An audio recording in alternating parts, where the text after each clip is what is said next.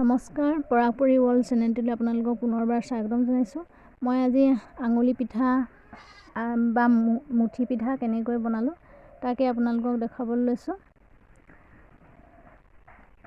এয়া পিঠা, শালি চাউলৰ পিঠা লৈ লৈছোঁ। ইয়াতে মই অকণমান নিমখ লৈ লৈছোঁ।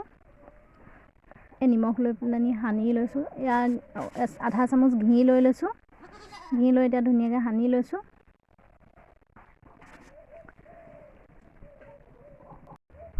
ঘিখিনি মই এইকাৰণে সানি লৈছোঁ, পিঠাটো যাতে কোমল হৈ থাকে।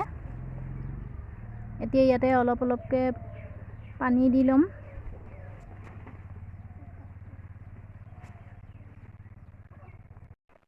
এতিয়া পানী দি খুব ধুনীয়াকৈ সানি লৈছোঁ, আটা মঠাৰ নিচিনাকৈ। এই পিঠাবিধ খেতিয়কসকলে খেতি চপোৱাৰ পিছতো খেতিয়কসকলে খেতি উঠাৰ হাল কোৰ বাই উঠি এই পিঠাবিধ খায়। এয়া মোৰ লাডুটো খুব ধুনীয়াকৈ হৈ গৈছে। এতিয়া মোৰ লাডুটো হৈ গৈছে। এইবিধ পিঠা মুঠি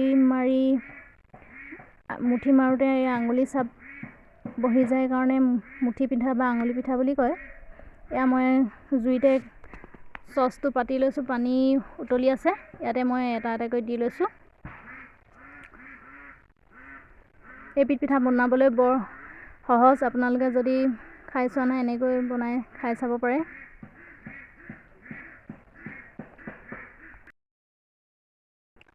এই পিঠাবিধ এৱা গাখীৰ, দৈ গাখীৰ আৰু হাঁহৰ মাংসৰ সৈতেও খাব পাৰি। এয়া মোক গোটেইখিনি দি হৈ গ'ল। মই এতিয়া ঢাকোনখন লগাই দিছোঁ। অলপ দেৰি পিছত এয়া মোৰ হৈ গৈছে।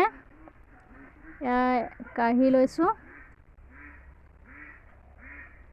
এইবিধ পিঠা ৰোগী নিৰোগী বুলি কোনো কথা নাই, সকলো লোকে খাব পাৰিব।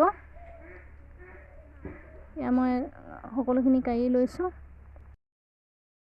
এয়া মই এৱা গাখীৰ সৈতে আৰু কুটি লোৱা গুড়ৰ সৈতে আপোনালোকক এনেকৈ গৰমে গৰমে পৰিৱেশন কৰি দেখালোঁ। আৰু ভিডিঅ'টো কেনেকুৱা পালে কমেণ্ট কৰিব আৰু লগতে চেনেলটো ছাবস্ক্ৰাইব কৰিব। আজিলৈ ভিডিঅ'টো ইমানেই আছিল। ধন্যবাদ।